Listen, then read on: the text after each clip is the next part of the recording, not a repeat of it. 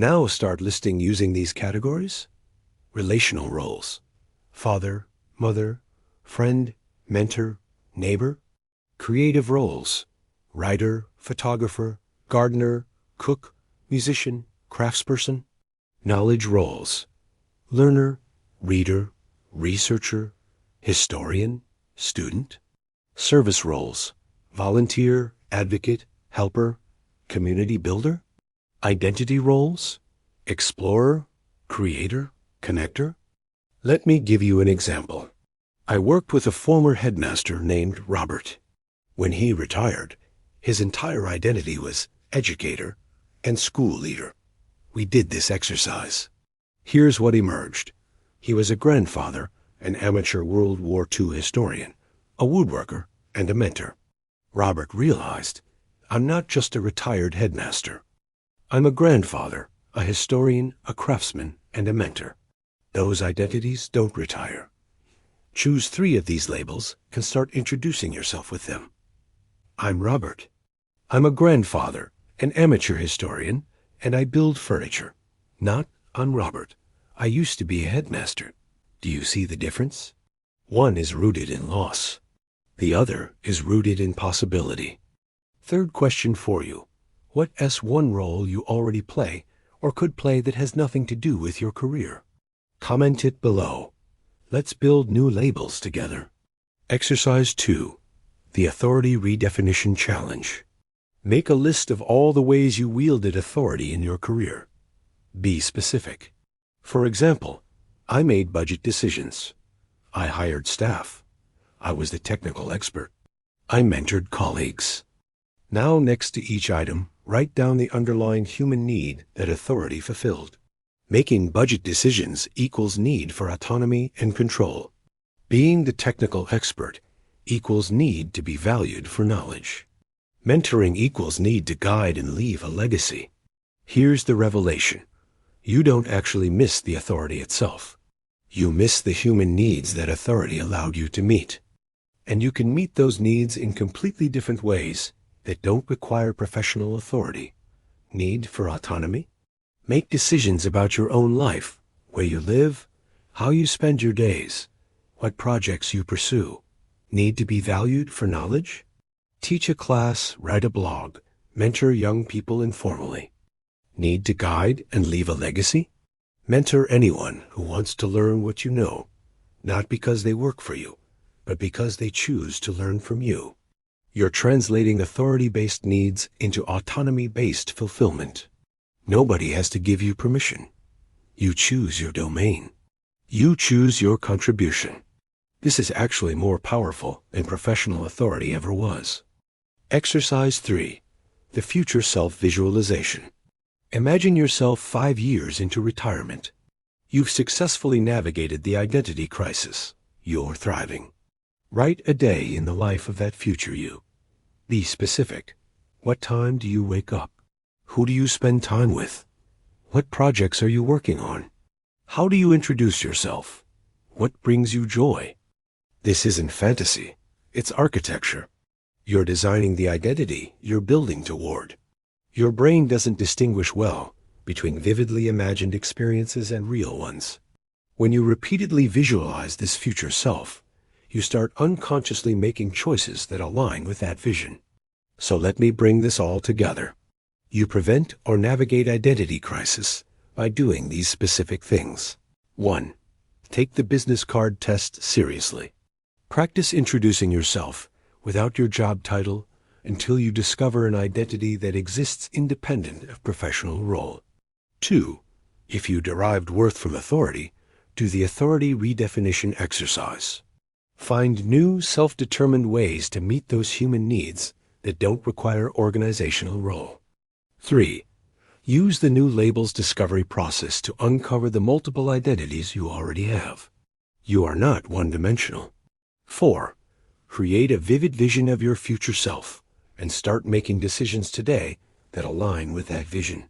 You are not your job title. You never were. You're a complex, multifaceted human being with interests, values, relationships, and potential that extend far beyond any professional role. Retirement doesn't erase you. It just removes the mask you've been wearing for decades. The question is, are you brave enough to see what's underneath? Here's what I want you to do right now. First, hit that subscribe button and turn on notifications for the Modern Elder.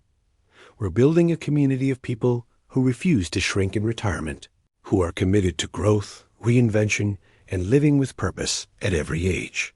Second, share this video with someone who's approaching retirement or struggling in early retirement.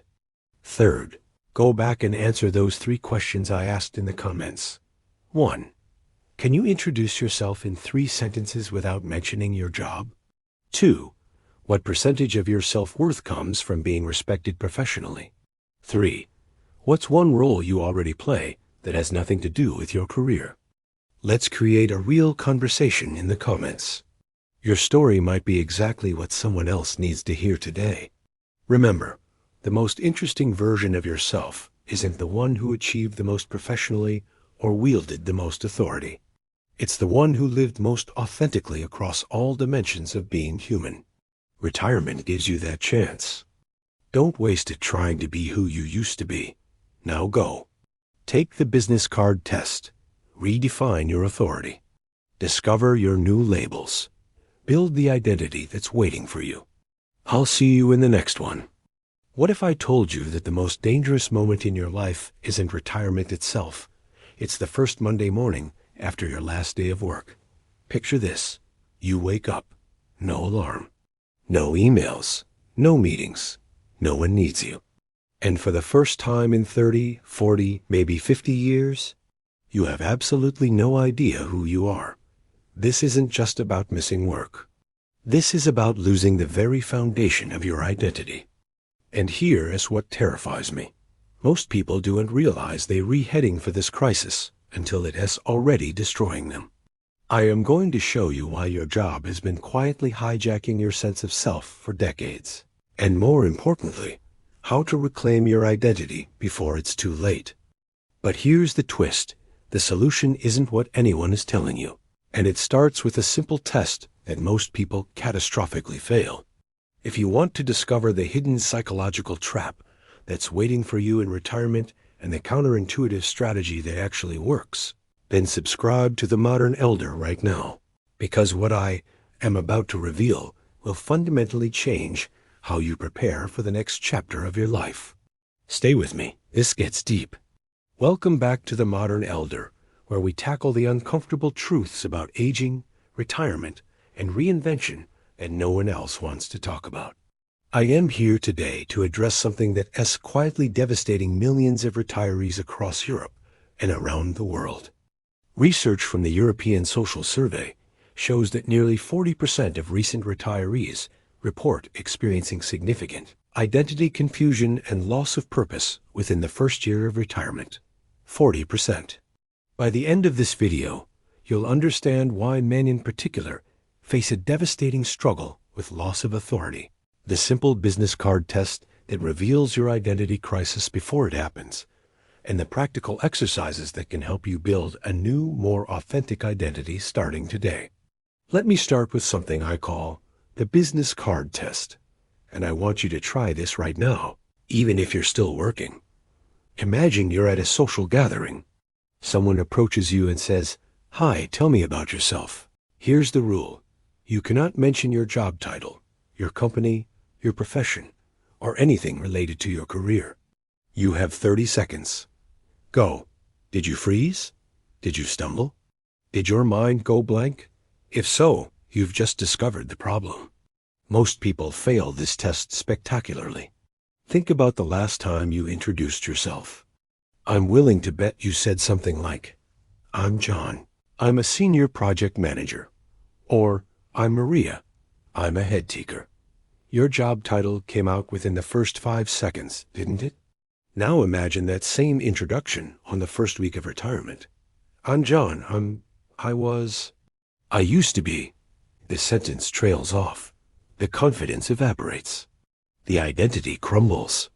This is the business card moment, that precise instant when you realize you've been carrying an identity in your wallet that you can no longer hand out. Here is my first question for you. Can you introduce yourself in 3 sentences without mentioning your job or career? Try it right now. And comment below with your answer. I'm genuinely curious to see how many of us can actually do this. Now let me talk about something that doesn't get discussed nearly enough.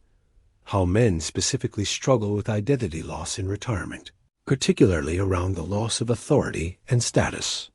Research from the Institute of Gerontology in the Netherlands found that men are significantly more likely than women to experience severe depression in the first 2 years of retirement. Why? Because for many men, their professional authority became inseparable from their sense of masculine identity. Think about the language we use. A successful man is often described as powerful, influential, in command, respected. These are all authority-based identifiers. For decades, many men derived their sense of worth from being the person others turn to for decisions, the one whose opinion matters, the authority in the room. And then, overnight, that authority vanishes. I spoke with a former executive from Munich named Klaus, who told me, for 35 years, when I spoke, people listened and took notes. Now, when I speak at family dinners, my adult children scroll through their phones. I went from being essential to being background noise. This loss of authority creates a specific type of identity crisis. Men are more likely to have defined themselves almost exclusively through career achievement and professional status. When that's removed, there's nothing left to anchor to. And here's where it gets really problematic. Many men try to recreate that authority dynamic in inappropriate contexts. They become domineering in community organizations. They lecture family members. They try to manage their partner's household decisions, like corporate projects. It doesn't work. It alienates people, and it makes the identity crisis worse. The solution isn't to find new places to exert authority. It's to fundamentally redefine what gives you worth beyond authority itself. This requires asking a brutally honest question. Who are you when no one has to listen to you? When your opinion is optional, not required? When you're not in charge of anything? Can you still value yourself? That's the real test. Second question for you. What percentage of your self-worth comes from being respected or valued in a professional capacity? Be honest. Comment below with a number. No judgment, just awareness. Here's the radical truth that changes everything. Your job was never your identity. It was just a role you played. And now, for the first time in decades, you have the opportunity to discover who you actually are beneath all those layers of professional conditioning. Throughout your career, you adapted yourself to fit professional expectations. You became the person your job needed you to be. And you did it for so long that you forgot it was a performance. Retirement doesn't take away your identity. It reveals that you've been living inside a borrowed one. Now, let me give you the practical framework for navigating this transition. I call it the Identity Reconstruction Method. Exercise 1. The New Labels Discovery Process. Get a notebook. Write this question. What roles do I play in life that have nothing to do with earning money?